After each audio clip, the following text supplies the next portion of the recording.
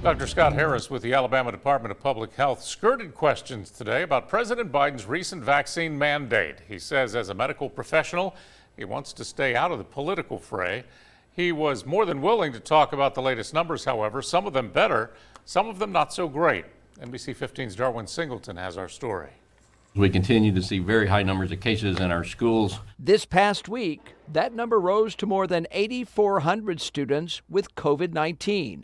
That's a whopping 605% increase from numbers 1 year ago. But Dr. Scott Harris says he's encouraged that 90% of school systems in Alabama have mandated masks in their classrooms. And we applaud them for doing that. I know that's not without controversy. I know that there's a lot of debate about that. The state has seen a little bit of a plateau in patients hospitalized for COVID-19. Harris says yesterday's number fell to 2,267.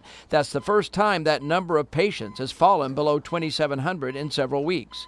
Harris says more people in Alabama are getting on board with vaccinations. But Harris says even with patient numbers falling and vaccinations rising, Alabama still has 60 more intensive care patients than available ICU beds across the state. Harris continues to stress the effectiveness and safety of the vaccines. Since April 1st of this year, Alabama has seen 145 deaths from COVID-19. Among those, 90% were not vaccinated. Of those who were vaccinated for COVID-19, a minuscule 0.01% have died.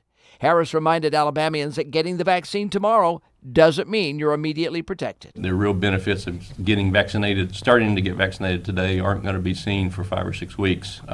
If you want to have a normal school semester, or as close as we can, if you want to have a good holiday season with Thanksgiving and Christmas coming up, this is the way that we do it. We get people vaccinated now. Darwin Singleton, NBC 15 News.